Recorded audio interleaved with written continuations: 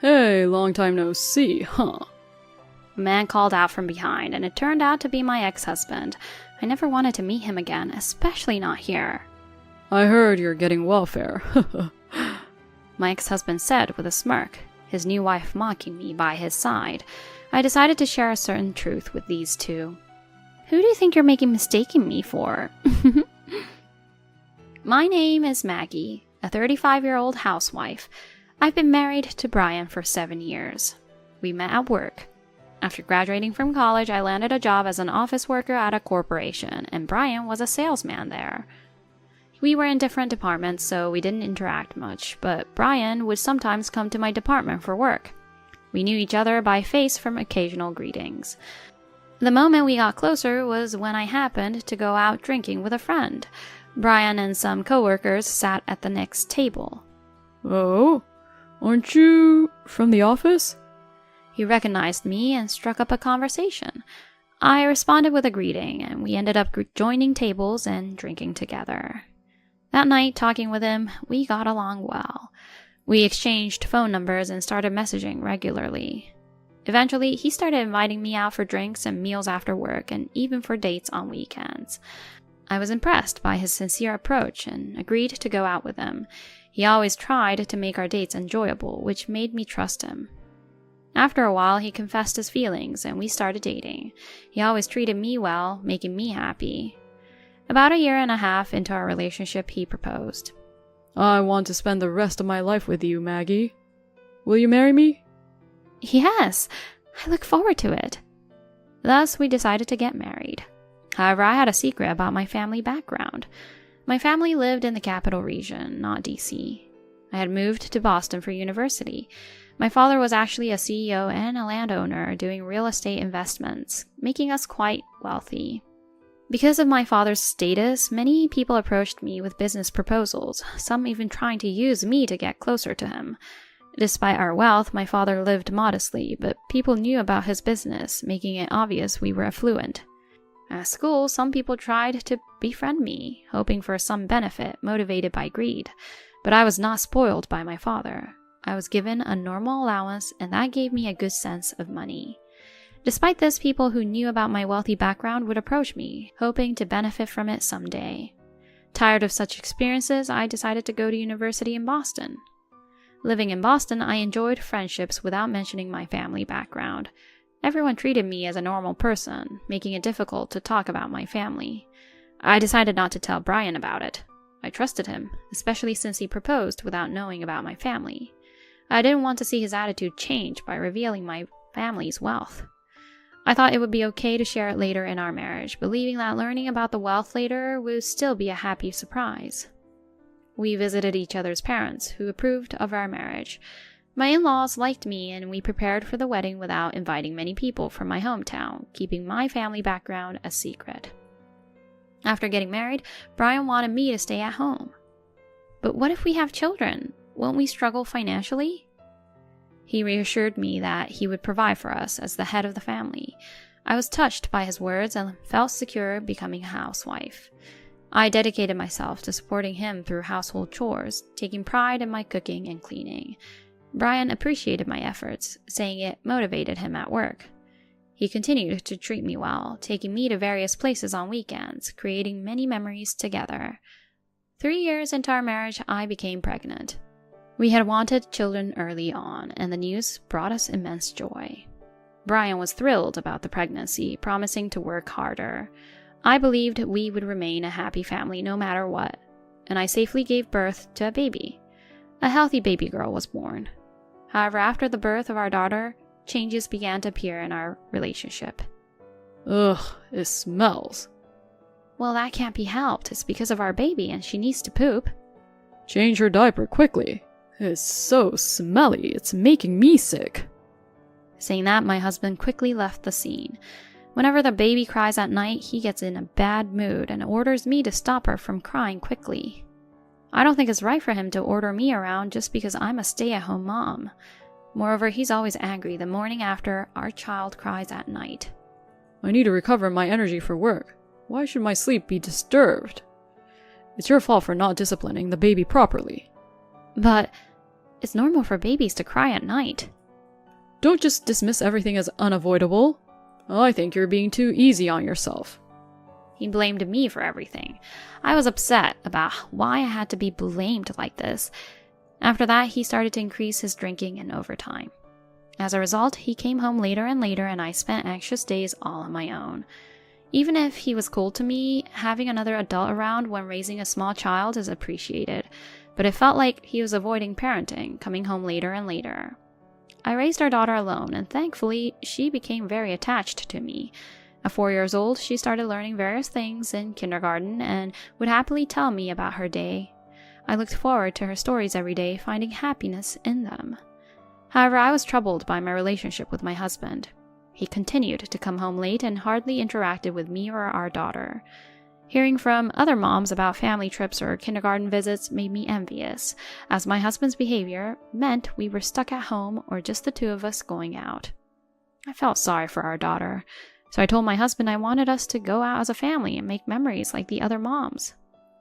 But he said, I'm tired from work. Don't be selfish when you're being supported by me. So he did nothing, and an awkward atmosphere developed between us. Is this really okay? I wished to improve our relationship for our daughter's sake, to be good parents. But then my husband did something unforgivable. One night around midnight, he brought home a woman. I was still awake, shocked to see this young woman. Who might this be? This is my lover, Sarah. What? I was speechless. My husband brought home his mistress. What do you mean by this? What kind of nerve do you have bringing a mistress home? I've wanted to end things with you. I'm divorcing you so that I can remarry her. Don't joke about divorce all of a sudden. What about her daughter? You take care of her. I'm starting a new life with Sarah. How can you just show up like this and expect me to agree with your nonsense? I was incredibly disappointed with my husband, but I couldn't just let him do this to me. Reluctantly, I let my husband and his mistress into the living room to talk. Our daughter is sleeping, so please keep your voices down. If you have any consideration, you wouldn't want to expose a small child to how messy us adults are. I don't care either way, but I'll do as you say. Sarah, be quiet. Sure, I'll sip it. Sarah the mistress was wearing incredibly flashy clothes. First of all, where did you two meet? I met Sarah at the gentleman's club where she works. The gentleman's club? Sarah, how old are you? I'm 24. She's 11 years younger than you. Oh, that's all? I thought you were like 20 years older because you look so much older. Sarah laughed at me, mocking. I quickly realized she was a terrible person, too. I understand. We'll separate, but you'll have to pay compensation and child support. At that, my husband shrugged. Fine, I'll pay you. If I can get rid of an old hag like you and be with a cute girl instead, it's a great deal for me. Fine. Well, let's end this conversation here. Yeah, I'll prepare the divorce papers, so just sign them and get out. I doubt you'll find a job anyway, having been just a housewife all this time. Don't blame me if you end up homeless. Wow, what a miserable life.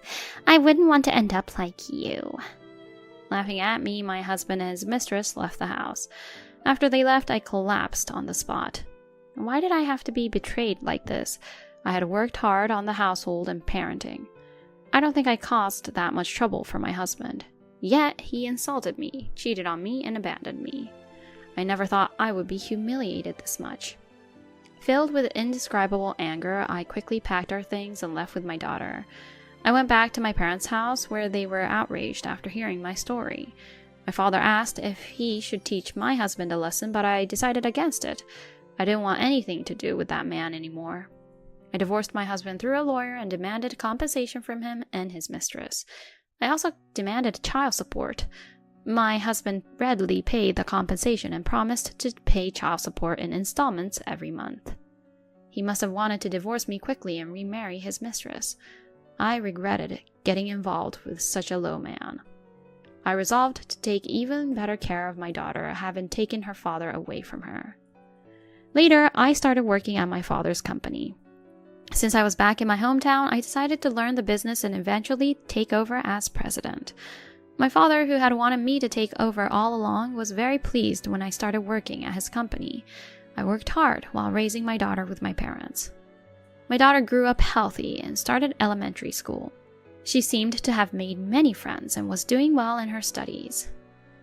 With her consistently good grades, my father said, "This child will be more successful than me or you, Maggie."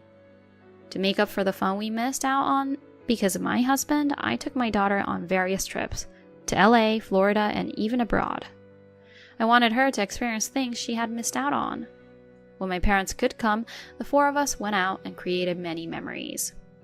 When my daughter talked about our overseas trips at school, her classmates were amazed and envious. If I had continued living with my husband, I couldn't have given her these experiences. Continuing to work hard, I achieved great results.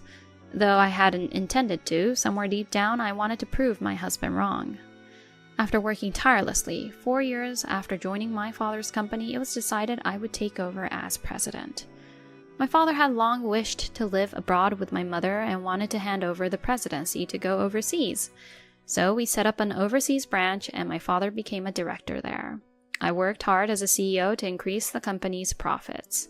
With a female perspective, I could bring new ideas, changing the corporate image and succeeding in new ventures targeting female customers. The headquarters of the new businesses was in New York, and I traveled between my hometown and New York for work. Mostly I worked from my hometown, interacting remotely with the New York office's executives, and visited New York once or twice a month. I brought my daughter along and enjoyed sightseeing in New York after work. One day, while sightseeing in New York, my daughter needed to use the restroom, so I waited for her outside. Given it was a popular tourist spot, there was a long line for the restroom, so I had to wait a while. And during that time, someone called out to me. "Hey, long time no see." The man who spoke was my ex-husband. I never thought I'd meet the person I least wanted to see again here. "Brian." "What are you doing here?" "It's none of your business." Even though I responded coldly, my ex-husband looked at me curiously and continued talking with a laugh. "I heard you're on welfare." "What?" "Being here, are you living like a beggar? Asking for money and food?" Laughing, my ex-husband continued. That's so lame. Poor kid. His new wife mocked me as well. I was furious, but meeting them like this felt like some sort of fate. "I'm really glad I divorced you. A woman on welfare? No thanks." As my ex-husband and his mistress continued to insult me, I decided to tell them the truth. "Who do you think you're mistaking me for? I'm not on welfare. In fact, I probably earn much more than you." "What?" As I said this, my ex-husband's eyes widened, but he quickly returned to his annoying smirk. "Nah, you're just bluffing. There's no way you earn more than me." Laughing, my ex-husband was handed my business card by me. He and his mistress looked shocked as they read it. "What? You mean you work at this major company? You're an executive director, as in the president?" Hey, isn't this other company the one that's been selling that amazing high-end skincare product recently?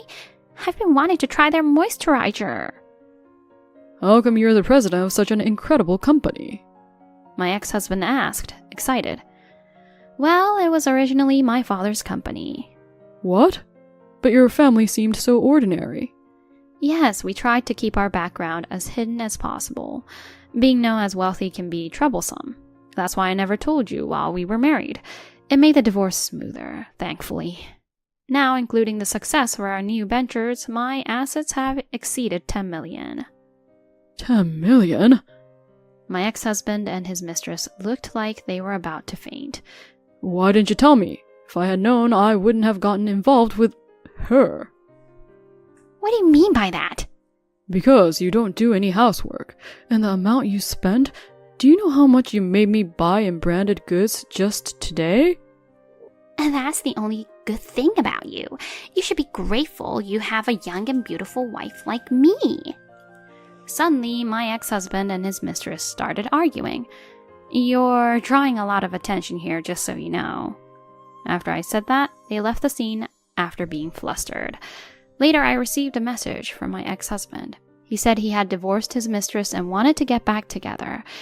I was astounded at his selfishness and delusion, thinking such a thing was even possible. I ignored his message and reported his harassment to his workplace. His actions became a significant issue, considering I'm the president of a major company and he was demoted to a dead-end department with no prospects for any promotion. It felt deserved that he got a taste of his own medicine after all the freedom he had taken away from me. Meanwhile, I continued to work hard at managing the business, and my daughter is growing up healthily. I look forward to enjoying more happy days together and leading a fulfilling life with her.